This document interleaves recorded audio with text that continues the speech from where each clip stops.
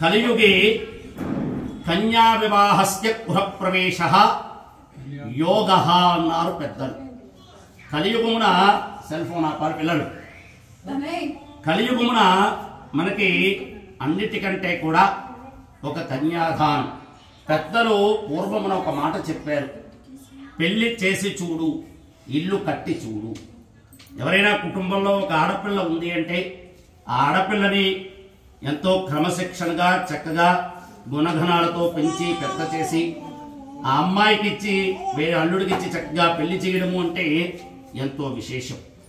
ఆ పెళ్లి చేయాలి అంటే అది చాలా ఒక పెద్ద బాధ్యత. ఆడపిల్ల వివాహం అయ్యేంత వరకు కూడా ఆ తల్లిదండ్రులకు మనస్సు యందు ఒక రకమైనటువంటి చిన్న దిగులు ఉంటుంది. అయ్యో అమ్మాయికి చక్కగా అల్లుని తీసుకురావాలి మనం అని చెప్పేసి. ఆ ఆడపిల్ల పెళ్లి అయ్యేంత వరకు కూడా ఎంతో లోపల మనస్సు యందు మనకి ఇది ఉంటుంది. అందుచేత ఆడపిల్ల పెళ్లి చేసి చూడు, తర్వాత మరొకటి ఇల్లు కట్టి చూడు. ఒక నూతన గృహం, మనం ఒక సొంత ఇల్లు కట్టుకుని ఆ ఇంట్లో ఇంత దీపారాధన చేసుకుని ఆ ఇంట్లో పడుకోవడం అంటే ఎంతో యోగం ఉండాలి కదా. పెద్దలు దానికి కూడా చెప్తారు, అరే ఏమీ ఉన్నా లేకపోయినా పడుకోవడానికి మనకంటూ ఇంత నీడ ఉండే ఒక టవల్ కట్టుకుని పడుకుంటే చాలరా అంటారు. ఇప్పుడు అలా గృహయోగము అనేది అద్భుతమైనటువంటి యోగం. శ్రీ లక్ష్మీనారాయణుడు, సత్యనారాయణ స్వామి వారు, ఆ ఈశ్వరుడు వీళ్ళందరి యొక్క అనుగ్రహం ఉంటే గాని ఒక గృహాన్ని మనం ఏర్పాటు చేసుకోలేము.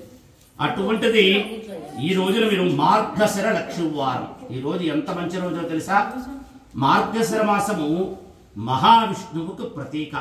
మార్గశిర మాసం ఎక్కడుంటే విష్ణువు అక్కడ ఉంటాడు. మార్గశిర మాసంలో మరొకటి అమ్మవారికి ప్రసిద్ధి. మీకు ఈ మార్గశిర లక్ష్మీవారం అనే వేళ సహజంగా మిగతా కుటుంబాల్లో కూడా చేస్తారు, చెయ్యరు అని నేను అన్ను.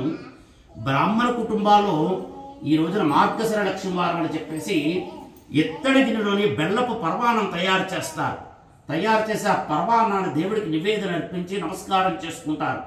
లక్ష్మీవారము అంటే గురువారం, లక్ష్మీవారము అంటే లక్ష్మీ యొక్క వారము అని అర్థం.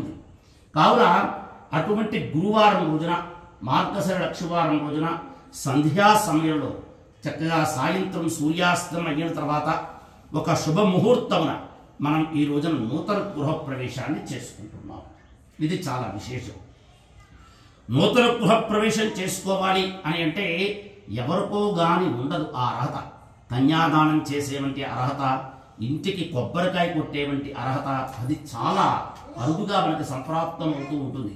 మన గృహం నందు మనం చక్కగా ప్రవేశపడడం అంటే అలా చక్కగా మీరు పైగా హైదరాబాద్ లాంటి భాగ్యనగరంలో ఒక ఇల్లు కొనుక్కొని ఈ రోజున ప్రశాంతంగా ఉండడం అంటే అది ప్రతి వ్యక్తి తాలూకు కళ. అది భగవంతుడి యొక్క అనుగ్రహం ఉండాలి దానికి.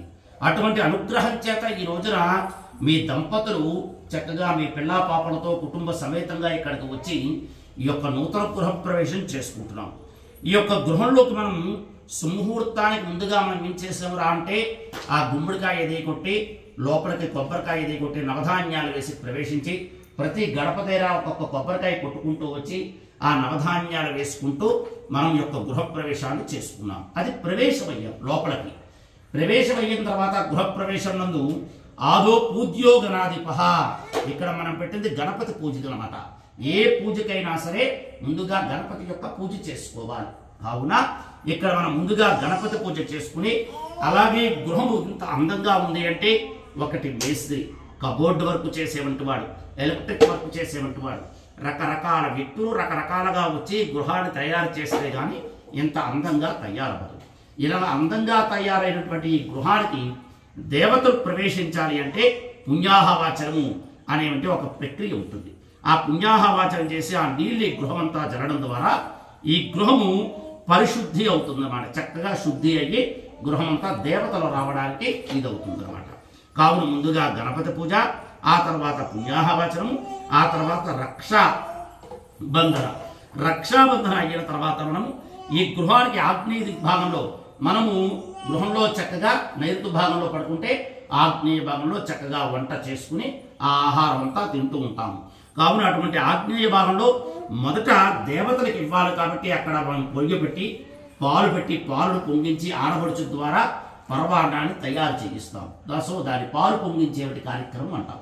ఆ కార్యక్రమం అయిన తర్వాత అక్కడ ఈశాన్య భాగంలో అఖండ దీపము అనేది ఏర్పాటు చేశారు. ఆ అఖండ దీపం పెడతాం. అది 3 రోజుల పాటు ఈ గృహం నందు ఆ అఖండ దీపం ఉండాలన్నమాట. ఆ తర్వాత మరలా ఈ మండపంలోకి వచ్చి ఇక్కడ ఇన్ని తమలపాకులు వేశాను చూసారా, ఇందులో నవగ్రహాలు, ఇంద్రాది అష్టదిక్పాలకులు, పంచలోక పాలకులు, చతుషష్ఠి యోగిని దేవతలు, అశ్విని దేవతలు, సకల దేవతామూర్తులందరినీ కూడా ఈ యొక్క మండపారాధనలోకి మనం ఆహ్వానం చేస్తాం. అంటే వారిని పిలిచి వారికి మనం పూజ చేస్తాం. ఆ తర్వాత మనం మండప మధ్యలో వరుణదేవుడు అని అంటారు. ఆయన్నే బ్రహ్మదేవుడు అని అంటారు. ఆయన్నే లక్ష్మీనారాయణుడు అని అంటారనమాట. ఆయన్నే వాస్తు పురుషుడు అని అంటారు. అలా మనం ఆ దేవతా స్వరూపాన్ని అందులోకి ఆహ్వానం చేసుకుని వాస్తు పూజ అని అంటారు దీన్ని. ఈ యొక్క వాస్తు పూజ మనం చేసుకుని ఈ గృహం నందు చాలా బాగుంది దీని వాస్తు, నేను చూశాను. అయినప్పటికీ కూడా ఏదైనా తెలిసి తెలియక కించెత్తు అంటే చిన్న చిన్న దోషాలుంటే అవన్నీ పోవడానికి మనం ఇక్కడ వాస్తు పూజా కార్యక్రమాన్ని చేసుకుంటాం. వాస్తు పూజ చేసుకుని నీరాజ మంత్రపుష్పములు సమర్పించుకుని దాని తరువాత కూడా మనకి ఏమైనా ఇంకా ఏదైనా దోషం ఉంటే ఈ గృహానికి ఇంకా ఒక అద్భుతమైనటువంటి శక్తి కావాలి కాబట్టి హోమం చేసుకుంటాం. ఆ హోమంలో కూడా మనం అగ్ని ప్రతిష్టాపన చేసి గణపతి హోమము, లక్ష్మీ గణపతి హోమము, లక్ష్మీ హోమము, మనం అలాగే వాస్తు హోమము, దాంతోపాటు చక్కగా ధన కనక వస్తు వాహనములు ఉండాలి కాబట్టి కుబేర హోమము మనం చేసుకుని ఆ తర్వాత నవగ్రహాలను కూడా ఒక్కసారి తలుచుకుని దానికి పూర్ణాహుతి సమర్పిస్తాము. అక్కడికి ఈరోజు మనం చేయవలసినటువంటి కార్యక్రమాలు పూర్తవుతాయి అన్నమాట.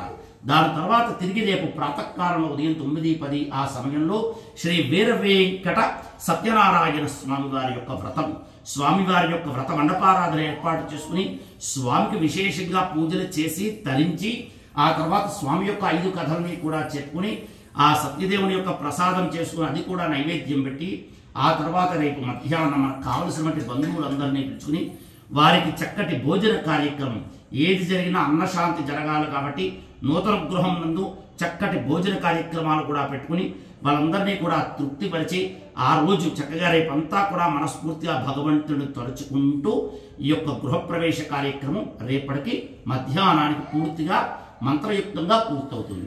దాని తరువాత నుంచి ఈరోజు మనం గృహంలోకి ప్రవేశించాం కాబట్టి ఈరోజు ఒక నిద్ర, రేపు ఒక నిద్ర, ఎల్లుండి ఒక నిద్ర, ఇలాగ మీరు 3 నిద్రలు ఈ గృహం నందు చేసుకోవాలండి.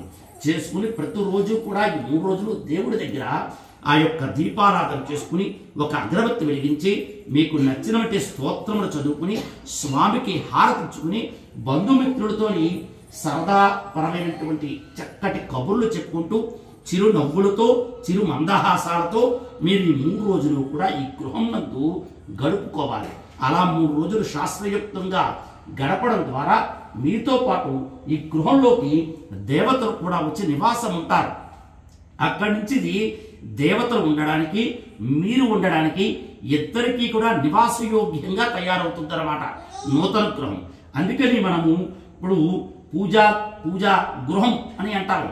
మన గృహంతో పాటు మన దేవుడి యొక్క మందిరాన్ని ఏమంటే పూజా గృహం, మందిరం అనేది ఎలా పేరు ఉందో దీనికి మరొక పేరు కూడా ఉంది. దాని పేరే పూజా గృహం. దేవుడికి కూడా ఒక భారతీయ సనాతన ధర్మంలోనే భారతదేశంలోనే ఉంది ఈ సంస్కృతి. మనం ఇల్లు కట్టుకుంటే దేవుడు కూడా ఒక గదిని కట్టుకుంటాడు. అర్థమైందా మనకు?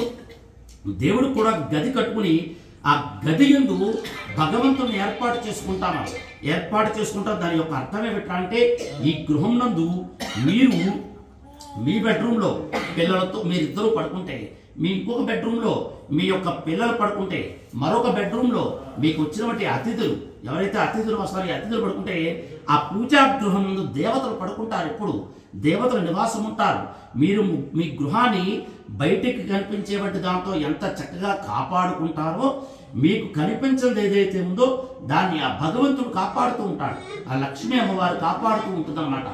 అందు నిమిత్తము అవన్నీ కూడా చక్కగా పోయి దేవతలు ప్రవేశించడానికి మనం ఇప్పుడు ఇక్కడ చక్కగా ఈ పూజా కార్యక్రమాలన్నీ శాస్త్రయుక్తంగా ప్రారంభించి దీన్ని శాస్త్రయుక్తంగా మనం చేయడం జరుగుతుందన్నమాట. కావున ఒక్కసారి నా భగవత్ స్వరూపానికి నమస్కారం చేసుకుని మీరిద్దరూ కూడా అక్షంతలు తీసుకుని ఆ యొక్క గణపతి మీద వేస్తూ ఉండాలి. ఇద్దరూ కూడా ముందుగా గణపతి కాబట్టి గణపతి మీద వేయండి. ఓం శ్రీ లక్ష్మీనారాయణాభ్యాం నమః, ఉమామహేశ్వరాభ్యాం నమః, వాణీహిరణ్యగర్భాభ్యాం నమః, శశి బృందరాభ్యాం నమః, అరుంధతీ వశిష్టాభ్యాం నమః, శ్రీ సీతారామాభ్యాం నమః. సర్వేభ్యో మహాజనేభ్యో బ్రాహ్మణేభ్యో వేదవిభ్యో గురుభ్యో నమో నమః. ఇక్కడ గురువులుగా మేము చేయిస్తున్నాం కాబట్టి 2 అక్షంతలు తీసుకుని అక్కడి నుంచి మమ్మల్ని గురువుగా భావిస్తూ మా యొక్క శిరస్సును వేసేసేయండి. అక్కడి నుంచి సర్వేభ్యో మహాజనేభ్యో బ్రాహ్మణేభ్యో వేదవిభ్యో గురుభ్యో నమో నమః. అయం ముహూర్త సుముహూర్తస్తు. ప్రాణానాచమ్య. అయ్యా 2 అక్షంతలు వాసన చూసి ఆవిడ కూడా కలుపుకుని ఇలా వేసేయండి. 2 అక్షంతలు తీసుకోండి సార్. వాసన చూడండి, ఆవి ఇక్కడ వేయండి, అక్కడి నుంచి ఇలా విసరండి. అంతే. ఇద్దరు కూడా ఇలా ముక్కు పట్టుకుని ప్రాణాయామం చేయండి. ఓం భూః ఇలా సార్. ఓం భూః, ఓం భువః, ఓం స్వాహ, ఓం మహః, ఓం జనః, ఓం తపః, ఓం సత్యం, ఓం తత్సవితుర్వరేణ్యం భర్గో దేవస్య